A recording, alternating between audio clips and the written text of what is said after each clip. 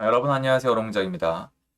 집을 구해야 되는 신혼부부분들이나 아니면 이제 아직 어린 분들, 그리고 집을 새롭게 구하시는 아직 부동산을 잘 모르는 분들은 좀 잘 들어주세요. 이 기사를 같이 보도록 하겠습니다.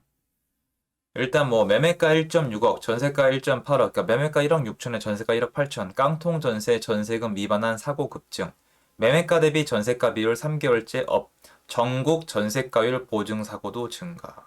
이게 여러분 일단 요건 알아주세요. 이 기사는 지금 수십 년간 끊이지가 않았어요. 세입자들의 피해 사례. 그리고 제가 여태까지 이 영상을 다뤄오면서 늘 말씀드렸지만 요건 강력 처벌해야 됩니다. 세입자분들 돈 먹고 도망가시는 분들 잡아서 강력 처벌해야 돼요. 혼을 내줘야 됩니다. 이게 말이 됩니까? 남의 인생 송구리째 망가뜨려 놓고 어딜 갑니까? 책임을 져야 될 거 아니에요. 본인도 원하는 게 있으니까 이렇게 한 거잖아요. 책임지십시오. 그건 그렇고 제가 이거를 보면은 댓글을 보나 사람들의 반응을 보나 첫 번째가 임대인들에 대한 욕이고 두 번째로 그 특정 임대인을 넘어서서 집 가진 사람들의 욕을 좀 많이 하시는 경우가 정말로 있습니다. 사회적 분위기가 아무리 안 좋아졌다 하더라도 우리가 사리분별은 해야 되는 거 아닐까 싶어요. 제가 이 기사를 빗대서 한 말씀만 좀 드리겠습니다. 제가 뭐 클래스 101이나 책을 가지고 올해 내 집 마련하라고 많이 말씀을 드리잖아요. 그러면 많은 분들이 저한테 이러세요. 늦었다. 이제 내리막이다. 이제 끝났다. 근데 여러분은 미래를 맞출 능력이 없잖아요. 저도 없잖아요. 그게 맞아요. 여러분도 없고 저도 없다. 맞다. 저 인정을 한다니까요. 그런데 일단 지금까지 시장에 왜 올랐는지 분석을 해봤을 때 저는 할 말이 있거든요.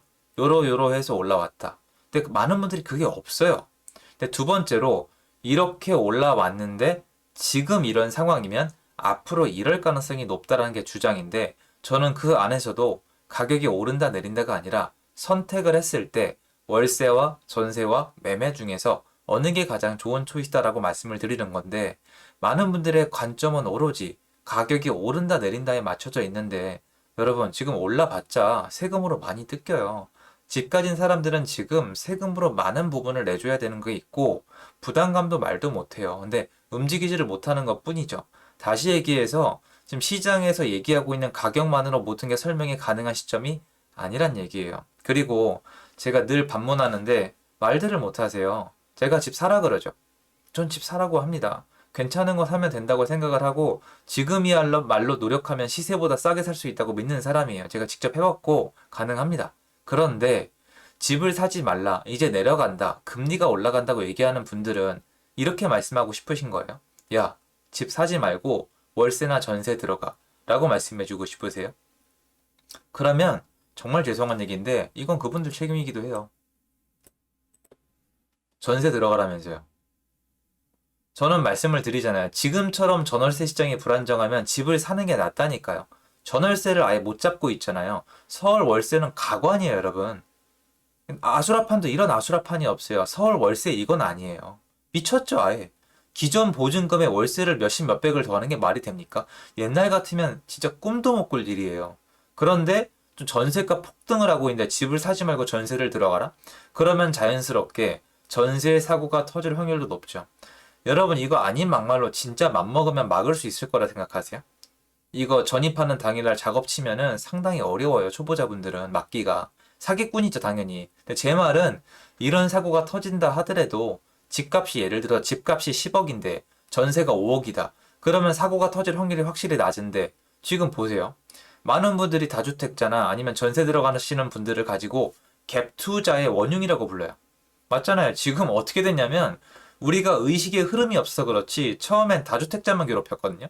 다주택자만 괴롭히다가 나중에는 다주택자 집에 들어가는 전세 입자까지 요구를 하는 거예요. 갭 투자가 서로 만났다고. 이유를 모르겠어요. 저는 어쨌건 간에. 그럼 어떻게 했습니까? 전세금에 대한 대출을 또 건드렸죠. 그런데 문제가 뭐예요? 전세에 대한 수요가 있다는 사실을 간과했나 본데 전세를 공급하는 사람은 줄어들고 전세로 들어올 수 있는 사람을 줄였다 하더라도 여전히 수요가 있는데 전세에 대한 수요가 있는데 대출을 막으니까 어떻게 됩니까? 싼 전세로 갈 수밖에 없는 분들이 나오는 거예요. 싼 집을 사거나 싼 전세를 들어가거나 월세를 갈 수밖에 없는 상황으로 다 몰아 넣었어요. 꾸겨가지고. 왜냐면 그렇게 하기 싫거든요, 사람은. 근데 그냥 땡크예요. 그냥 밀어붙인 겁니다. 그러면 대출이 안 나오니까 싼 전세를 들어가거나 월세는 죽어도 싫은 분들이 계시거든요.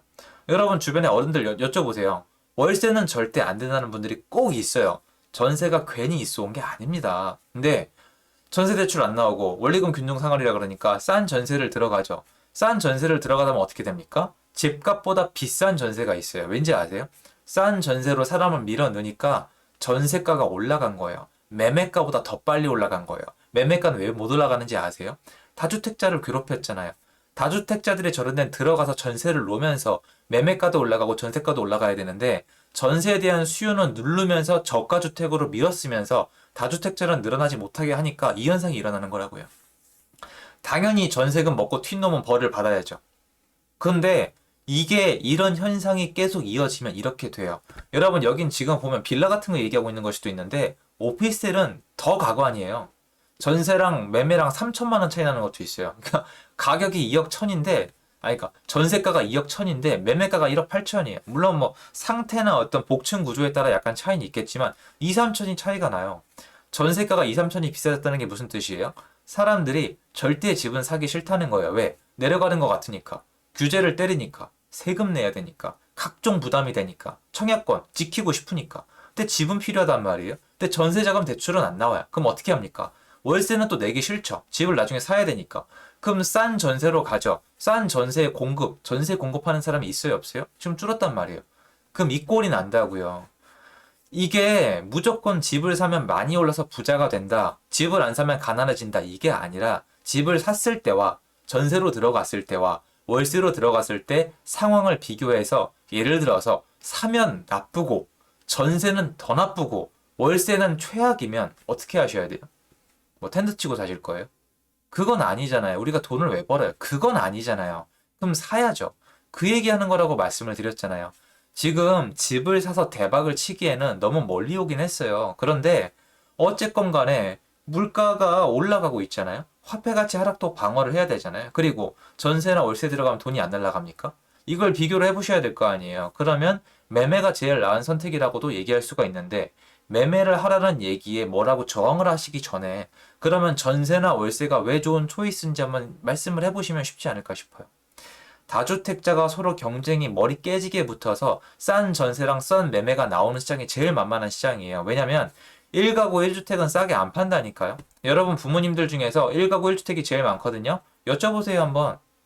제가 예전에 어떤 다큐 프로그램 보면서 강력하게 뭐라고 비판을 했는데 연예인이란 아줌마가 거기 반포주공인가 사시면서 얘기를 하더라고요. 우리 아들도 여기서 태어나서 여기서 쭉 살아왔는데 투기꾼들이 집값을 올려놔서 우리 아들은 여기 못 산다.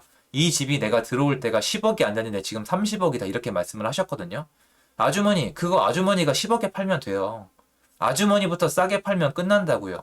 본인은 죽어도 손해보기 싫고 본인은 죽어도 시세대로 챙겨받아야 되면서 남들이 만들어 쌓아 올린 어떤 버블과 어떤 거품과 어떤 시세의 향상은 무조건 투기고 다주택자고 갭입니까?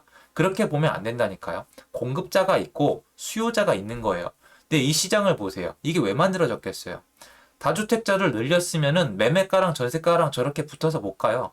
아니 여러분 생각을 간단히 해봅시다. 저 매매가가 1억 6천이고 전세가가 1억 8천이에요. 근데 다주택자가 계속 늘어나면 어떻게 되겠어요? 계속 사재 끼면서 전세를 놓겠죠.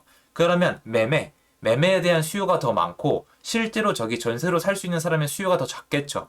그럼 사면서 어떻게 돼요? 1억 6천, 1억 7천, 1억 8천, 1억 9천, 2억 이렇게 올라가겠죠.